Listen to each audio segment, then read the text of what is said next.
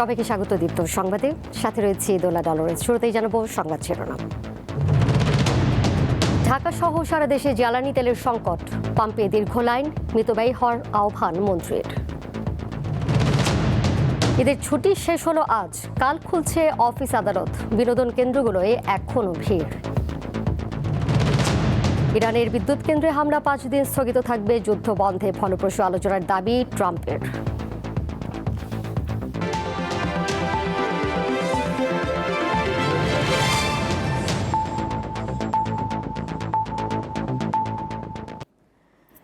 ঈদের পর আবারও রাজধানীতে দেখা দিয়েছে জ্বালানি তেলের সংকট।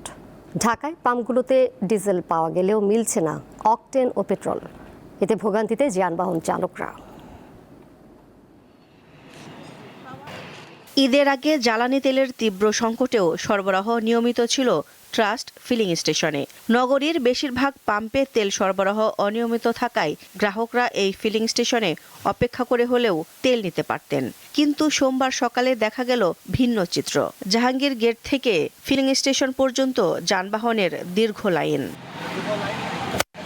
তেলের গাড়ি আসার পর অকটেন সরবরাহ করার কথা জানান ফিলিং স্টেশনের কর্মীরা। গ্রাহকরাও আছেন সেই অপেক্ষায়।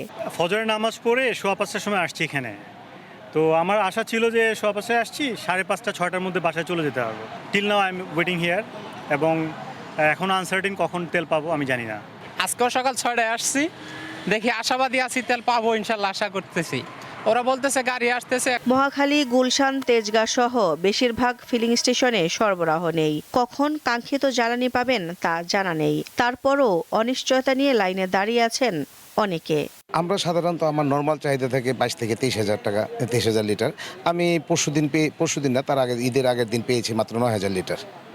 ঈদের আগের দিনই আমার চান্দ্রাইতে আমার তেল শেষ হয়ে গেছে। আশা করতেছি আজকে, আমি যতটুকু নিউজ পেলাম, আশা করতেছি আজকে স্বাভাবিক পাবো। ওনারাও একজাক্ট টাইমটা আসলে বলতে পারতেছে না যে কতক্ষণ লাগবে। তো ওনারা আমাদেরকে আশ্বস্ত করছে যে তেলটা যখনই আসবে তখনই ওনারা তেলটা দেওয়া শুরু করবে। এদিকে জ্বালানি তেলের সংকট এবং নিরাপত্তা নিশ্চিত না হওয়ায় পাম্পগুলো বন্ধ হওয়ার শঙ্কা জানিয়ে বিবৃতি দিয়েছে petrol pump owners association. Dilshan দানি, দীপ্ত সংবাদ, ঢাকা। দেশে জ্বালানি তেলের কোনো সংকট নেই উল্লেখ করে জনগণকে আতঙ্কিত না হতে আহ্বান জানিয়েছেন বিদ্যুৎ, জ্বালানি ও খনিজ সম্পদ মন্ত্রী ইকবাল হাসান মাহমুদ টুকু। দুপুরে ঢাকায় নিজ বাসভবনে সাংবাদিকদের তিনি বলেন, ভর্তুকি দিয়ে হলেও সরকার জ্বালানি তেল আমদানি অব্যাহত রেখেছে। তেল বেশি সরবরাহ করছি, গত বছর থেকে 25% বেশি বাড়িয়ে দিয়েছি, এবং পেট্রোল পাম্পে আমরা তেল ডেলিভারি দিচ্ছি।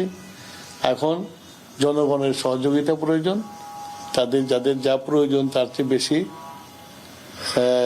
তেল না নেওয়ার জন্য আমি সবাইকে অনুরোধ করব। শুধু গত 2 দিন বন্ধ ছিল, সেই জন্য একটু পেট্রোল পাম্প তো কিছু বন্ধ ছিল, এখন তো আবার শুরু হয়ে গেছে। 10 দিন তো এটা তো মানে ছুটি, ঈদের পরের দিন ছুটি। দেশের বিভিন্ন সিটি কর্পোরেশন, জেলা পরিষদ ও উপজেলা পরিষদে প্রশাসক নিয়োগের সমালোচনা করেছেন জামায়াতে ইসলামীর আমির শফিকুর রহমান। দুপুরে মৌলভীবাজারে নিজ বাড়িতে ঈদ উপলক্ষে বিভিন্ন শ্রেণী পেশার মানুষের সঙ্গে সাক্ষাৎকালে তিনি বলেন, যারা এইসব পদে দায়িত্ব পেয়েছেন তারা জনগণের ভোটে নির্বাচিত নয়। সরকার বসেছে, এখন তো গণতান্ত্রিক প্রক্রিয়ার দেশ ফিরে আসবে। এখন কেন বিভিন্ন জায়গায় প্রশাসক বসানো হচ্ছে? এখন তো নির্বাচন দেওয়া উচিত। নির্বাচিত জনপ্রতিনিধিরা জনসমর্থন নিয়ে দায়বদ্ধ হয়ে তারা এসে দায়িত্ব পালন করে। যারা প্রশাসক ওদের কিসের আবার দায়বদ্ধ? ওরা না সরকারের নিয়োগ করা মানুষ, আর না জনগণের সমর্থিত মানুষ। শেষ হলো ঈদ উপলক্ষে টানা 7 দিনের ছুটি। আগামীকাল থেকে খুলছে সরকারি বেসরকারি অফিস ও ব্যাংক। এজন্য সকাল থেকেই ঢাকায় ফিরতে শুরু করেছেন লোকজন।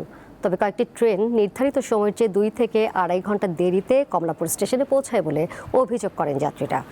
রেল কর্তৃপক্ষ জানায়, সিগন্যাল ত্রুটির কারণে সকালে বেশ কয়েকটি ট্রেন ঢাকায় ফিরতে বিলম্ব করে। এছাড়া সড়ক পথে এখন পর্যন্ত বড় কোনো যানজটের খবর পাওয়া যায়নি।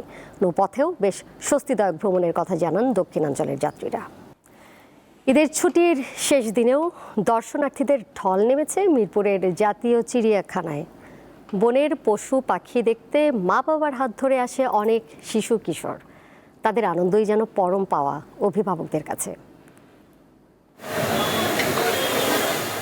ঈদের তৃতীয় দিনও দর্শনার্থীদের পদচারণায় মুখর ঢাকার মিরপুর চিড়িয়াখানা, যেখানে বইয়ের ছবির সঙ্গে জীবন্ত পশু পাখিকে মিলিয়ে নিতে দেখা যায় শিশু কিশোরদের।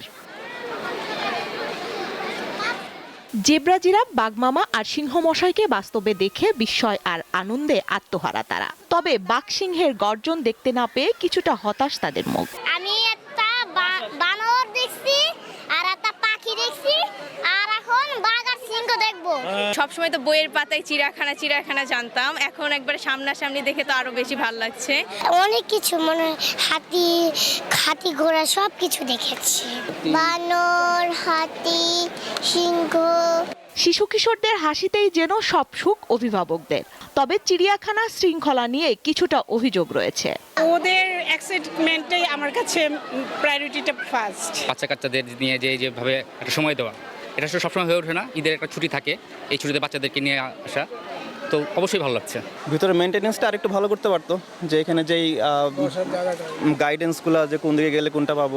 মঙ্গলবার থেকে ফের শুরু অফিস আদালত। তবে ঈদের আনন্দের এই রেশ হয়তো থেকে যাবে আরো কয়েকদিন।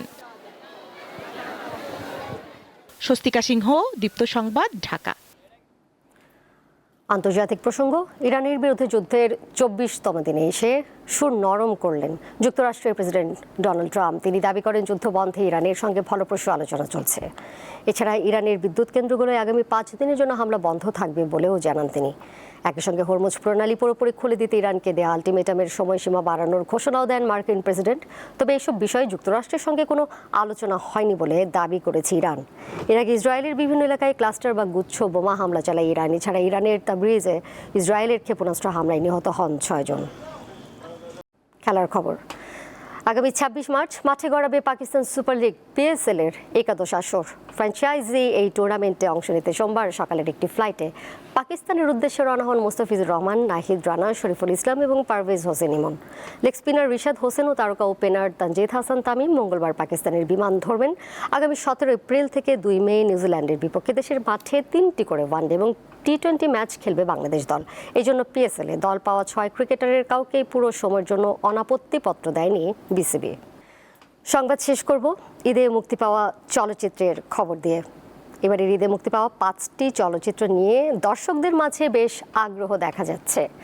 বেশিরভাগ সিনেমা হল ও মাল্টিপ্লেক্সগুলোতে দেখা গেছে দর্শকদের উপচে পড়া ভিড়।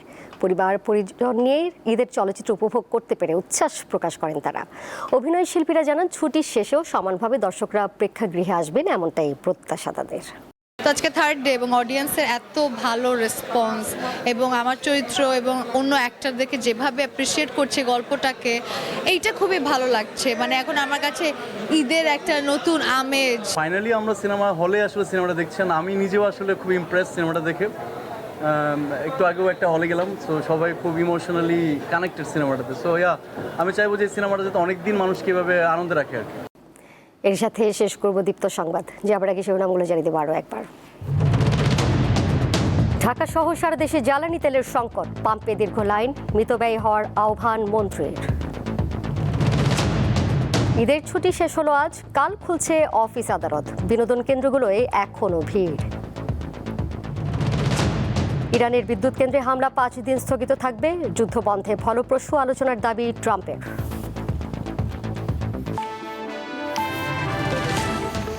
এই ছিল এখনকার মতো। এর সাথে বিদায় নিচ্ছি আমি দোলা ডলরেস। আরও তথ্য এবং বিনোদনের নানা খবরাখবর জানতে যুক্ত থাকুন দীপ্ত ডিজিটাল প্ল্যাটফর্মে। সবাইকে ধন্যবাদ।